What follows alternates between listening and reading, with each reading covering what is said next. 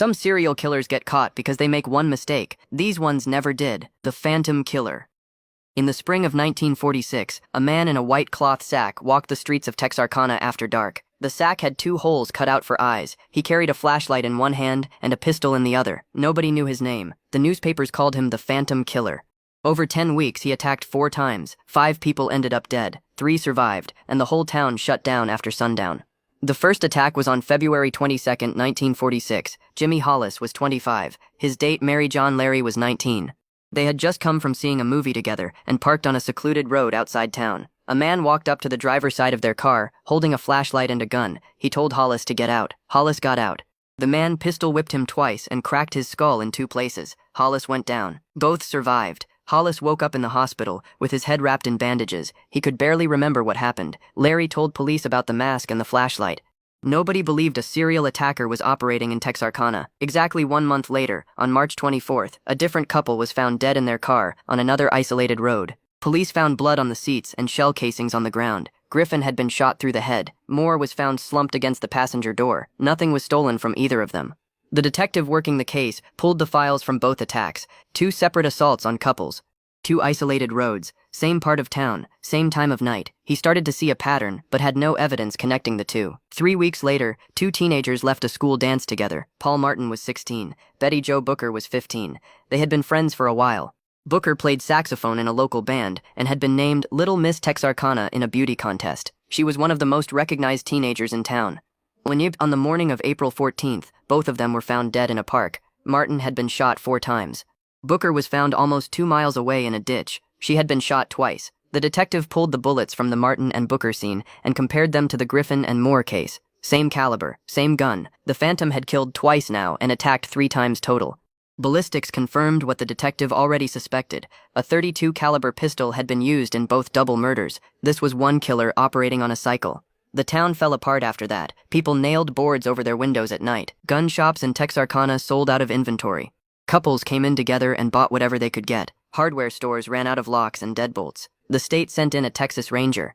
Reporters followed him from Dallas and Little Rock and Memphis. National press showed up too. Over 400 people were questioned. Suspects were pulled in from every county around the border. Police set up roadblocks and checked every vehicle leaving town after dark. Nothing led anywhere.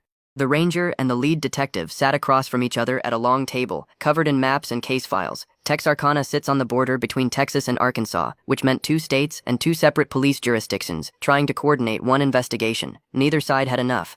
Then on May 3rd, the killer changed his pattern. Instead of targeting a couple in a car on a lover's lane, he went to a farmhouse 10 miles northeast of town. Virgil Starks was 36 years old. His wife Katie had already gone to bed. Virgil was sitting in his living room armchair, reading the evening newspaper under a lamp near the window. At around 9 that night, 2 bullets came through the window and hit Virgil in the back of the head. He slumped forward in the chair. The newspaper fell to the floor. Katie heard the glass shatter and ran to the living room. She found Virgil and reached for the telephone on the wall to call for help. As she reached for the phone, 2 more bullets came through the same window and hit her in the face. One went through her nose, the other broke her jaw. Police later found both sets of bullet holes in the window frame. The shooter had fired from outside through the glass. He never entered the house. Katie did not die. Blinded by her own blood, she stumbled out of the house and crossed the yard in the dark toward the neighbor's home. She could see the light in their window. She made it. Katie survived with 2 bullets still in her skull. She spent weeks in the hospital, but recovered enough to talk to investigators. She never saw the shooter. After the Starks attack, the Phantom Killer disappeared. No more assaults. No more stolen cars showing up near crime scenes. The only thing left was the white cloth sack that witnesses had described. The detective went back through the files and noticed something. Before every attack, a car had been reported stolen somewhere near the crime scene. After each attack, the stolen car turned up, abandoned within a few miles. The Phantom was a car thief. That pattern led them to a 29-year-old man named U.L. Swinney. He had a record for car theft and counterfeiting going back years. In July 1946, officers found him behind the wheel of a stolen vehicle and pulled him over. Swinney was brought into the station and questioned about the murders. He denied everything, but when they arrested him, he said something that stuck with the detective. He asked whether they were going to give him the electric chair for this. His wife Peggy told police that Swinney was the Phantom. She described the Martin and Booker killings in detail and told investigators where Swinney had thrown Martin's personal belongings after the murder. Police found the date book, exactly where she said it would be, in the bushes near the crime scene. But Peggy recanted, and under the law at the time, a wife could not be compelled to testify against her husband. Without her testimony, there was no case. Prosecutors could not charge Swinney with murder. They charged him with car theft instead. Because of his long criminal record, he was convicted as a habitual offender and sentenced to life in prison. He served 27 years before winning an appeal and getting released in 1973. Swinney went right back to stealing cars and went back to prison. He died in a Dallas nursing home in 1994. He never confessed to the murders. The case was never closed. In 1976, a filmmaker named Charles B. Pierce made a low-budget horror movie based on the murders. It was called The Town That Dreaded Sundown. Families of the victims sued him. The film became a cult classic anyway. 5 people dead, 3 survivors, 1 suspect who went to prison for stealing cars but never for killing anyone, and a town that still locks its doors when the sun goes down. The Axeman. They called him the Axeman, not because he brought one, but because he used yours. Between May 1918 and October 1919, someone broke into homes across New Orleans and attacked people while they slept. At least 6 people died. 12 more survived with head wounds so severe some never fully recovered. The killer never brought a weapon. He chiseled out a panel in the back door, stepped inside and grabbed whatever axe or razor he could find in the house. Then he went to work on whoever was in bed. Most of the victims were Italian-American grocers. Joseph and Catherine Maggio were the first confirmed targets. On May 23, 1918, they were found in their bedroom. Joseph's throat had been cut. Catherine had been beaten with an axe that belonged to the family, their own axe. A chisel and the removed door panel were left on the kitchen floor. Nothing was stolen. The pattern repeated through the summer and fall. The killer hid at night. He always entered through the back. He always used a weapon found in the home. He never took anything, and he never left fingerprints. A retired Italian detective named John D'Antonio told reporters he believed the killer had a split personality and could be a normal citizen most of the time.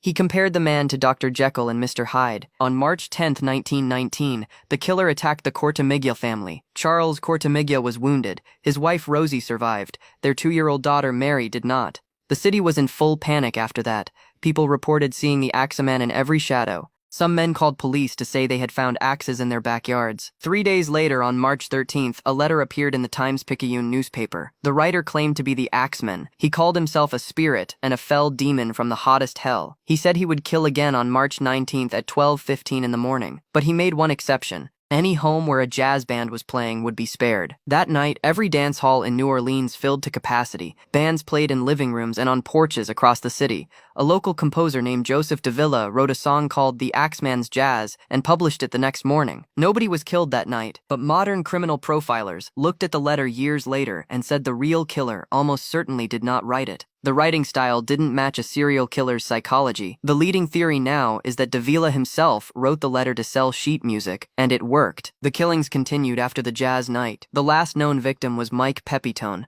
attacked on October 27, 1919. His wife heard noise and ran to the bedroom. She saw a large man with an axe leaving through the back. She couldn't describe him beyond his size. Then the attacks stopped. The main suspect was Frank Mumfrey, a pharmacist who used the alias Leon Monfrey and had ties to organized crime. He also ran a jazz business in the Garden District that had been struggling before the letter. After the city was forced to hire jazz bands, his business did unusually well, but nobody ever proved he was the Axeman. Mumfrey was shot dead in Los Angeles in 1921. The woman who killed him was the widow of his last New Orleans victim. She was never convicted either. The Doodler. The Doodler is the only known serial killer in American history who police identified and had in custody and then released, not because the evidence fell apart, because society got in the way. Between January 1974 and September 1975, at least 6 gay men were stabbed to death in San Francisco. The first body turned up on January 27, 1974. An anonymous caller told police there might be a dead person on the beach near Ocean Beach. Officers found 49-year-old Gerald Kavanaugh lying face up. He had been stabbed multiple times. He still had money in his pockets and a watch on his wrist. This was not a robbery. 5 months later, Joseph Stevens was found near Spreckles Lake. He was 27 and worked as a comedian and female impersonator. Then came Klaus Christmann, a 31-year-old German immigrant found by a woman walking her dog. Then Frederick Kappen, a 32-year-old Navy veteran found at Ocean Beach. Then Harold Goldberg, a 66-year-old Swedish immigrant, found decomposed in Lincoln Park about 2 weeks after he died. The killer met his victims at gay nightclubs and late-night diners. He sat down next to them and started sketching small animals on napkins. He told them he was a cartoonist. Then he would draw their portrait. That was the pickup line. It worked every time. Once they were alone, he stabbed them and left their bodies near the ocean or in parks. Police assigned the case to 2 detectives, Rotea Guilford and Earl Sanders, who had helped take down the zebra killers earlier that year. They found 3 men who had survived attacks, matching the same pattern. One was a diplomat. One was described as a well-known entertainer. The third man left the city and refused to help. All 3 identified the same suspect. Police brought the suspect in. He denied everything and got so angry during questioning that he tried to attack one of the detectives. He was arrested for that. But the real case needed witnesses willing to testify, and that is where it fell apart. All 3 survivors were closeted. In 1970s, America being outed as gay could end your career and your family and your entire life. Homosexual acts were still a crime in California until 1976. The diplomat couldn't risk it. The entertainer couldn't risk it. Nobody was going to stand up in open court and say they had gone home with a man from a gay bar. The suspect's own psychiatrist came forward and told police his patient had admitted to the killings during therapy, but that was not admissible in court. Harvey Milk heard about the case. He told reporters he understood their position and respected the pressure society had put on them. Milk was assassinated the following year. Police released the suspect. His name has never been made public. In 2019, the SFPD released an age-progressed sketch and raised the reward to $250,000. The suspect is believed to still be alive and living somewhere in the Bay Area. He killed at least 6 people. 3 men could have put him away. The closet kept him free. The Cleveland Torso Murderer. Between 1935 and 1938, someone dismembered at least 12 people in Cleveland, Ohio. Most of the bodies turned up in or near a place called Kingsbury Run. It was a ravine on the east side of the city full of shanty camps and rail yards. During the Great Depression, thousands of people lived there in shacks made of scrap wood and tin. Nobody kept track of who came or went. The killer targeted those people, drifters, homeless men and women, people nobody filed missing reports for. He decapitated every single victim. In many cases, the decapitation itself was the cause of death, which means the victims were alive when it happened. He cut the bodies into pieces and sometimes treated the skin with chemicals that turned it red and leathery. Most of the male victims were castrated. Only 2 of the 12 were ever identified by name. The rest were catalogued as John Doe or Jane Doe with a number after it. The investigation was led by Eliot Ness. By 1936, Ness had already taken down Al Capone and was serving as Cleveland's safety director. He was brought in because the city was hosting the Great Lakes Exposition that summer, and the last thing officials wanted was a serial killer, making national headlines. More than 1,500 people were questioned.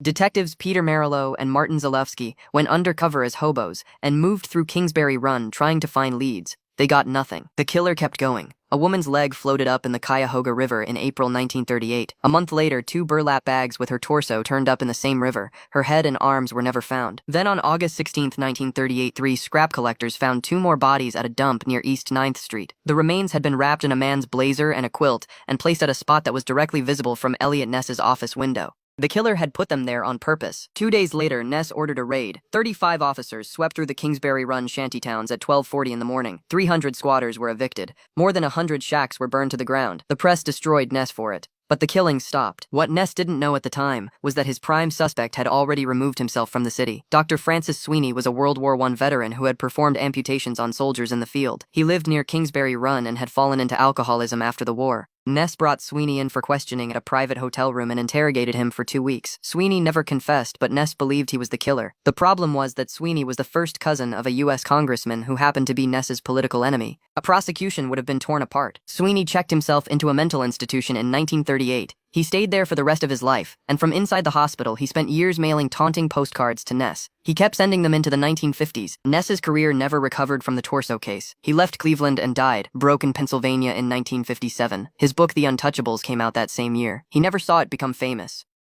The Monster of Florence. On a summer night in 1968, a couple was shot dead inside a parked car on a country road outside Florence, Italy. Her 6-year-old son, Natalino, was asleep in the back seat. He woke up and walked to a nearby farmhouse for help. The boy survived. No one else on that road did for the next 17 years. Police arrested Natalino's father, Stefano Mele. He confessed. He was convicted and sent to prison. Case closed.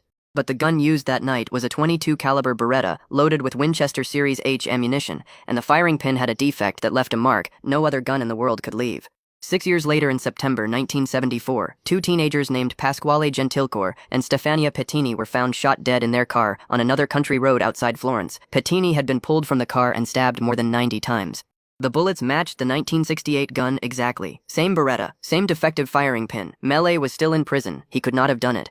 That was when police realized the 1968 conviction was wrong, and somebody else had the gun.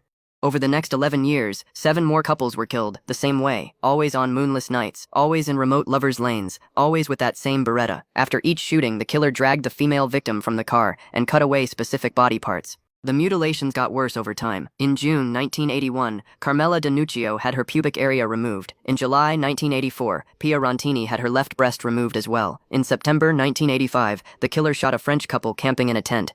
Days later, the prosecutor's office received an envelope. Inside was a piece of the woman's body. Police eventually arrested Pietro Pacchiani, a farmer with a history of violence. He was convicted in 1994 for 7 of the 8 double murders. But the conviction was overturned on appeal. A new trial was ordered. Pacchiani died of a heart attack the day before it was supposed to start. 2 of his alleged accomplices, Mario Vanni and Giancarlo Lotti, were later convicted, but only for 4 of the 8 attacks. The other 4, including the very first and the very last, were never solved under their case. The Beretta was never recovered. The body parts taken from victims were never found. Then the investigation got stranger. In 2001, prosecutor Giuliano Magnini reopened the case with a theory that a satanic sect of wealthy elites had ordered the killings and used the body parts for rituals. His key evidence was an octagonal stone found at one crime scene. Journalist Mario Spezzi investigated the stone and proved it was a common Tuscan doorstop you could buy at any antique shop in the region. Spezzi published his findings. Maggini had him arrested for defaming prosecutors and accused him of being connected to the actual murders. An American author named Douglas Preston, who was co-writing a book with Spezzi, was also interrogated and pressured to confess. All charges against Spezzi were eventually dropped. Magnini went on to become the lead prosecutor in the Amanda Knox case, where his theories were similarly criticized. 16 people were killed over 17 years, same gun every time. The gun was never found, and the investigation became more famous for its failures than the killer it was chasing.